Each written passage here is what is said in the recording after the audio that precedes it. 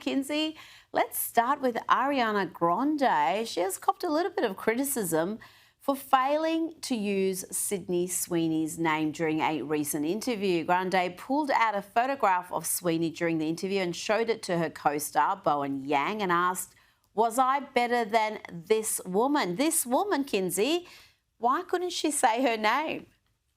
I think that this is fair criticism. Calling someone that woman or this woman is a snub because it strips them of their name, creates distance, and signals that you don't respect them. It tells the audience that you do not see this person as worthy of acknowledgement. This is supposed to be a silly, fun segment, but it isn't a great look for Ariana, who wouldn't tolerate that type of disrespect towards someone she cared about, like her Wicked co-star, who she practically dry humps in every interview. So I do think it's shocking and strange. Oh, you and I have to discuss in depth their antics because they are getting more ridiculous, more weird. The dynamic is just so off. I don't know what's happening. It seems very fake, but also, I don't know, you're uncomfortable watching it. The only good thing about it is that it inspires so many parodies. There's so many funny parodies Yes. out there trying to copy what they're doing. Now, there was a piece in the Daily Mail last week which questioned whether Sydney Sweeney has become too toxic for Hollywood. Tell me about this. Is this some sort of new McCarthyism? Well, I guess it's not that new. The Conservatives have been blacklisted in Hollywood for some years now. But could she be considered too toxic just for doing a jeans commercial that lefties didn't like? Well, thank you for bringing up this article. What a stupid article. It was in reference to a few box office flops for Sydney this year. I mean, she's got 7 upcoming projects, according to IMDb. In the last 24 months, she's released at least 6 films. She's generating a lot of content between commercial opportunities, television, and film. And statistically, not everything is going to appeal to audiences. I like her, but I'm not going to watch a movie where she plays a boxer. I mean, that just doesn't Mm. interest me. But the Daily Mail suggesting that criticism from a photographer friend of Harry and Meghan Markle somehow signifies the decline of Sydney Sweeney is a major stretch.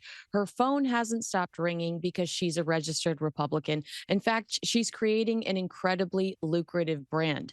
My only concern is that I think that there might be an oversaturation. I mean, Sydney girl, Mm. it's okay to say no sometimes, but if you go to the malls here, she's on every kiosk promoting every product. She's just kind of everywhere. But otherwise, I mean, I think that Sydney has a great future ahead of her. I think you're going to see a few more actresses registering as Republicans if that's the outcome. That seems to be Yeah. working beautifully for her. Now, Meghan Markle has faced backlash for her as ever Christmas collection promo. It's been described as beige and depressing. That's a bit harsh, Kinsey, no? Is it harsh, Rita? I mean, so you're right. Saturday, she posted this video of herself assembling gifts while hard selling her as ever holiday range, which includes a $64 candle and a mundane mold Oh, spice kit. The visuals, you just saw them, they were dark and miserable. Brown stockings. Are those the literal socks from her feet that she says she answers the door in when she's barefoot to not intimidate her guests? The guests that she's laid 8 mugs out the night before to make her to-do list shorter. Meghan Markle and Netflix, for that matter, continue desperately to position this woman in a role she is not qualified for. And I can't wait to talk to you on after December 3rd. We're going to dissect her joyless and familyless holiday special on Netflix, and it's going oh. to be a blast. I can't wait to go through that. We are going to have some fun. $64 candle, $64 US. That's about $100 Australian for a candle. I mean, that's not very accessible. That's for most people during a cost of living crisis. Now, to rumours of a potential visit from Harry and Meghan to Australia. What can you tell us about this, Kinsey?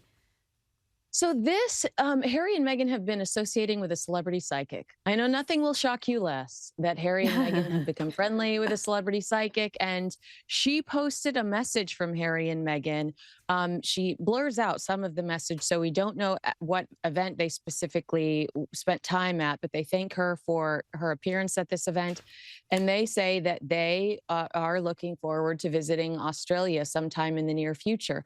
Rita, a day late and a dollar short. I just talked to Tom Bauer about this because he's got a new book coming out in March that's going to be after. This is like, the sequel to Revenge. Revenge was amazing. And in Revenge, he talks about that 2018 trip to Australia and how that's where Meghan really got that bug that she was eclipsing William and Catherine, the Prince and Princess of Wales. And she was so popular that she could make her own rules, promises, and demands. And that really starts Megxit right there.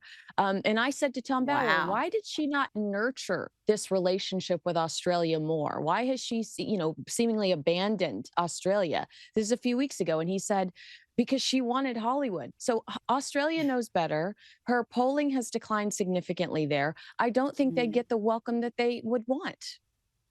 No, I reckon, yes, when they came out, because again, I was one of the few people who could see through her. I don't know how not everybody saw through her because it was so obvious that it was an act. But there was adulation at the time, sort of the treatment she was getting in the UK initially until they figured out who she was. But I don't think it's going to be that warm this time around. I don't think I think we were quicker than the Yanks certainly to figure her out. I think. Yes, that she's not going to be the Queen of Australia anytime soon. Now, comedian Jeff Dye is joining the growing wave of entertainers who are leaving Los Angeles. He was on Joe Rogan's podcast where he expressed concern about the direction California was taking under the leadership of Gavin Newsom. I could be guilty of being a victim of like what I'm absorbing in my algorithm, but like Gavin Newsom scares the out of me, and I don't want to be a part of it. Yeah, he wants to run the whole country too. It's wild. Pretty wild. Kinsey, I'm a fan of his, but I can't understand why it's taken so long. California has been on a bad path for some time now. Rita, I promise you, I'm trying to get out of here. I promise. I have plans. Okay, but this is interesting because in the past, Jeff told Tommy Loren that he would stay in California because he just loved and believed in it. So this change of heart is newsworthy.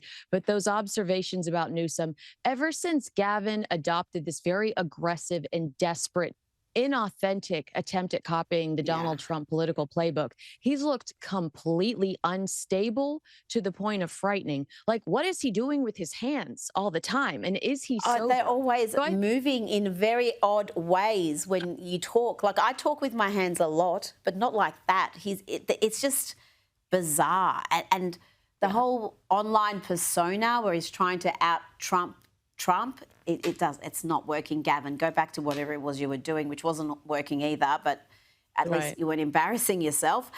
Before you go, Michelle Obama has continued her book tour and she sat down with Tracy Ellis Ross. She claimed that Black women are trapped by the pressure to keep their hair straight. Have a listen.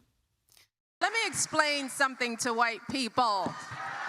Our hair comes out of our head naturally in a curly pattern. So when we're straightening it to follow your beauty standards, we are trapped by the straightness. That's why so many of us can't swim and we run away from the water. People won't go to the gym because we're trying to keep our hair straight for y'all. Kinsey, in 10 seconds, sum up what's happening. What is this misery tour she's doing? It's just incessant whining. In 10 seconds, I would tell you white people have curly hair too. And I would say this is mean-spirited and a racist conversation. And what evil white woman made her straighten her hair that day? I just find this type of venomous conversation unproductive. And she had very straight hair as she was complaining about it.